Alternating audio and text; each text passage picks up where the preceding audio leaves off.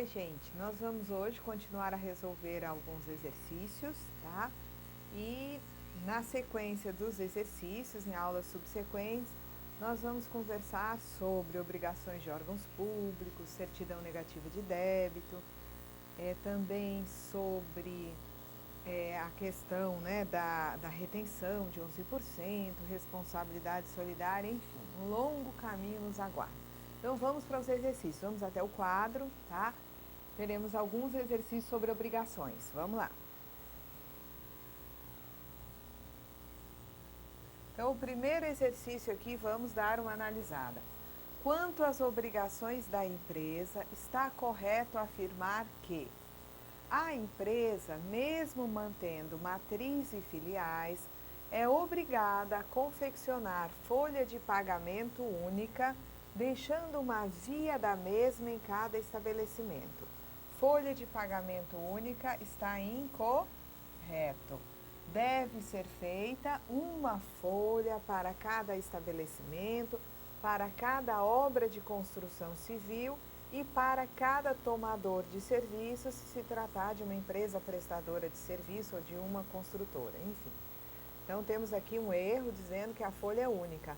Agora, é verdade realmente que deve ser deixada uma via da folha em cada estabelecimento. A folha é feita por estabelecimento e em cada um deles deverá ser guardada uma via da folha de pagamento. Não está a empresa obrigada a incluir as parcelas não integrantes do salário de contribuição na folha de pagamento, mas apenas aquelas que integram a base de cálculo das contribuições da empresa e dos empregados. Incorreto. Está sim, tá? Este não aqui deve ser expurgado aqui, porque a empresa ela está obrigada a incluir na folha as parcelas integrantes e as não integrantes. Quando do exame pela fiscalização é necessário ter na folha os valores que a empresa considerou como não integrantes, para permitir à fiscalização analisar se de fato a interpretação dada pela empresa está correta e determinar, se for o caso, mudança no tratamento. Uma dada parcela que a empresa considera como não integrante, a fiscalização, examinando a natureza do pagamento, pode entender que nos termos da lei essa parcela deva integrar. Então, tudo deve estar na folha, parcelas integrantes e não integrantes. No caso de avulsos portuários, o responsável pela confecção da folha e pela informação da GFIP é o OGMO, órgão gestor de mão de obra. Isso, minha gente, é verdade. Essa folha ela será feita por navio e o OGMO deverá também gerar uma folha no mês por operador. Então, uma dada empresa que descarregou, carregou navios no porto, ela utilizou durante o mês todo, na operação dos diversos navios, vários trabalhadores avulsos portuários. O OGMO, então, deverá emitir uma folha consolidando todos os navios, né, que foram operados por aquela empresa, no sentido de verificar quanto de mão de obra aquela empresa desembolsou e as consequentes contribuições previdenciárias. Deve o OGMO também gerar uma folha consolidando as informações por avulso. Vejam que os avulsos, eles ficam prestando serviço através do OGMO a diversos operadores durante o mês. 2 dias prestam serviço para um, 3 dias para outro. Então, no final do mês, é necessário consolidar todos os pagamentos efetuados a esse avulso, de modo a incluir numa das faixas de salário de contribuição e definir se a contribuição a ser descontada dele será de 8%, 9% ou 11%. Então, essa aqui está correta. Vamos lá. Empresas tributadas com base no lucro presumido são desobrigadas de apresentar o livro diário e o livro razão na medida em que escriturem o livro caixa. Isso é verdade, mas está incompleto. Na medida em que escriturem o livro caixa, mais o livro de registro de inventário. Então, uma dada empresa optante, na verdade aqui, né, optante pela apresentação, né, com base no lucro presumido, vai ter a dispensa da apresentação do livro, né, diário do livro da razão, mas dispensa essa condicionada à apresentação do caixa e do livro de registro de inventário.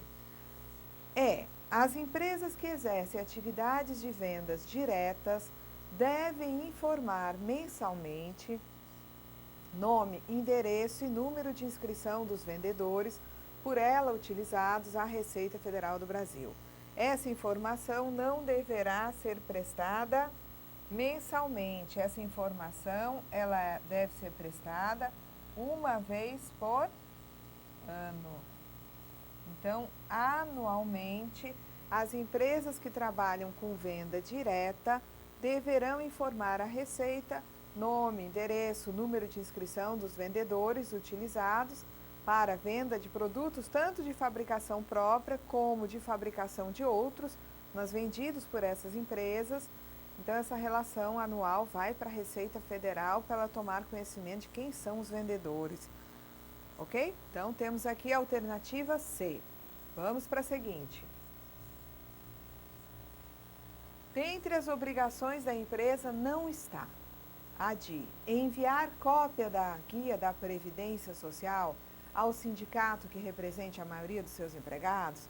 Essa existe. As empresas pagam a guia, tiram uma cópia e enviam ao sindicato que represente a maioria dos seus trabalhadores. Então, isso aqui é verdadeira. A fixar cópia da guia da Previdência Social no quadro de horários. Essa daqui também existe, é uma obrigação que está lá no artigo 225 do regulamento. A e B vocês encontram no artigo 225 do regulamento, assim como a C. A C diz o seguinte: prestar informações contábeis, financeiras e cadastrais de interesse da Receita Federal do Brasil. Isso aqui é verdade, gente. A empresa tem que prestar informações financeiras, contábeis e cadastrais. Distribuir lucros estando em débito. Opa, a empresa não está obrigada a fazer isso, não. Ao contrário, ela não deve distribuir lucros na medida em que ela tenha débito exigível. Então, encontramos a nossa alternativa. Empresa em débito não distribui lucros, bonificações. No passado, também não podia distribuir dividendos a acionistas. Hoje, dividendos é possível ter a distribuição, o pagamento de dividendos, ainda que existindo débito. Mas lucro e bonificação com débito, negativo, não é permitido. Informar mensalmente a GFIP, todo mês, até o dia 7, na verdade, do mês seguinte ao da ocorrência dos fatos geradores, as empresas e entidades equiparadas informam a GFIP, contendo todos os fatos geradores de contribuições, contribuições devidas, as bases de cálculo, na verdade, estarão todas lá, ok? Então, aqui ficamos com a letra D de dado. Uma empresa em débito não pode distribuir lucros, tá? Então, temos aqui a alternativa D. Vamos para a próxima. Deve ser exigida a prova de inexistência de débito em relação às contribuições previdenciárias. A gente até vai falar desse assunto em aulas subsequentes, mas como eu sei que vocês estão estudando de uma forma assim muito intensiva, vocês já devem ter estudado o artigo 257 do regulamento. Na prova de tributário, para quem vai fazer para auditor, tem um item que é o item certidões, está no finzinho do programa de tributário. Quando se fala em certidões, está se falando da certidão negativa de débito ou da certidão positiva com efeito de negativa, que tem os mesmos efeitos da negativa naquelas situações onde existe suspensão de exigibilidade de débito, né? As certidões no âmbito lá da Receita, nós temos duas. Uma que diz respeito, tá? Uma CND ou certidão positiva com efeito de negativa, que vai comprovar a inexistência de débito relativamente a contribuições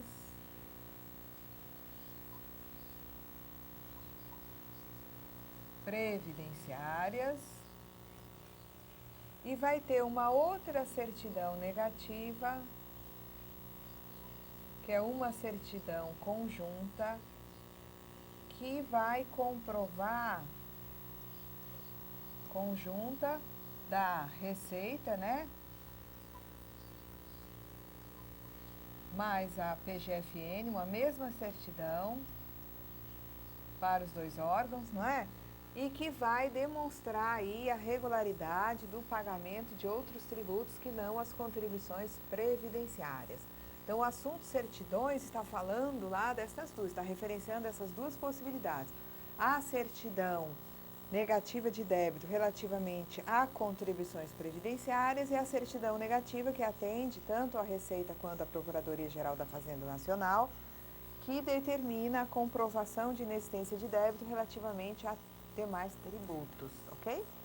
Então, está no programa de tributário. Aqui nós vamos falar das hipóteses que a lei determina a exigência de CND para contribuições previdenciárias. São aquelas constantes do artigo 257 do Regulamento da Previdência.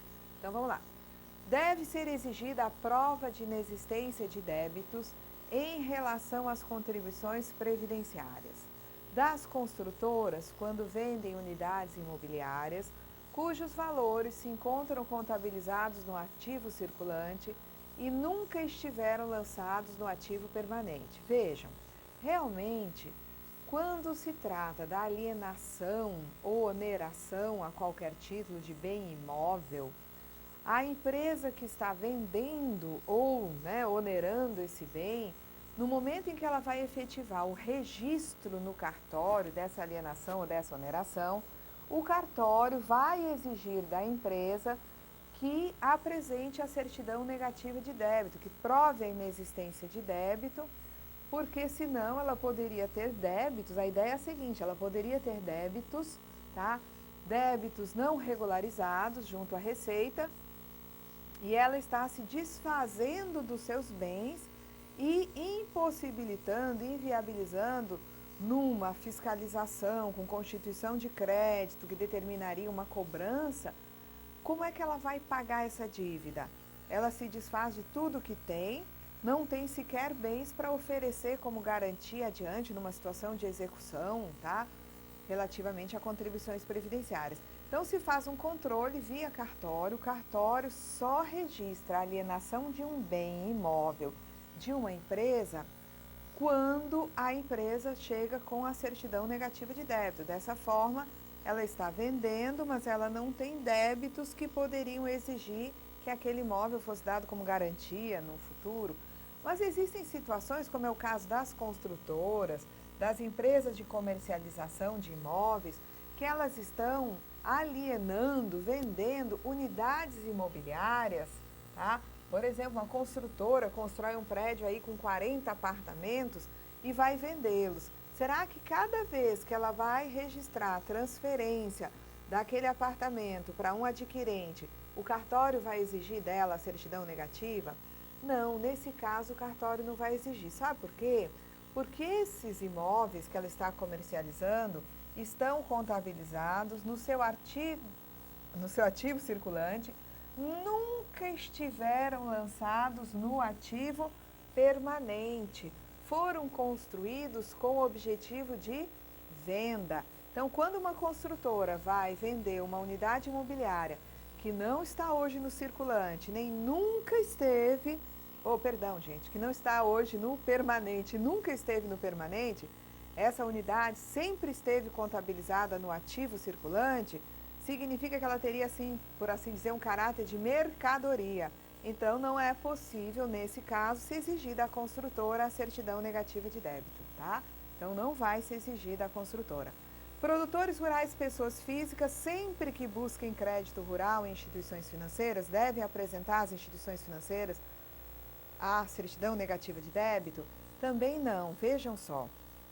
Somente quando esses produtores, pessoas físicas, estiverem em busca de um crédito que exija constituição de garantia, e esses produtores, eles têm que vender no varejo ou a outros produtores rurais, de modo que sejam eles próprios os responsáveis pelo pagamento de suas contribuições, pela quitação de guias da Previdência, para eu exigir deles a certidão negativa de débito. No mais das vezes, produtores rurais e pessoas físicas estarão vendendo a adquirentes, pessoas jurídicas, a cooperativas, entregando em consignação, não sendo responsabilidade deles recolher as contribuições sobre as vendas de produtos rurais. Então, quando não é responsabilidade deles recolher, não há que se exigir guia, não há que se exigir a quitação da guia deles e, portanto, eles não têm que ir em busca de certidão negativa. Então, só vai se exigir a certidão negativa de um produtor rural pessoa física quando o crédito para ser concedido exigir constituição de garantia e esses produtores venderem no varejo ou a outros produtores, pessoas físicas ou segurados especiais. Se exige certidão negativa das empresas quando buscam incentivos fiscais ou creditícios concedidos pelo poder público, perfeitamente. Isso é previsto na Constituição. D. Das empresas quando do registro da venda de bens integrantes do seu ativo permanente. Bom, se forem bens em geral, você tem que pensar bens móveis, bens imóveis, né? Os imóveis integrantes do ativo permanente, com certeza o registro da alienação determinará uma exigência aí da certidão negativa de débito, né? Quando for a alienação de um bem imóvel. Mas no caso de alienação de bens móveis, apenas os de valor significativo exigem, tá, a apresentação da CND. Então, existem bens de pequeno valor, integrantes do permanente, que quando vendidos, o registro dessa venda não vai determinar a apresentação da CND por parte da empresa. Pessoas físicas, ao venderem imóveis, têm que apresentar a CND? Não. As pessoas físicas, ao alienarem bens imóveis, não existe aí um controle dos cartórios no sentido de exigir a certidão negativa relativa às contribuições previdenciárias. Então, hoje, né, ficamos até aqui, né? E na próxima aula mais exercícios, ok? Até lá!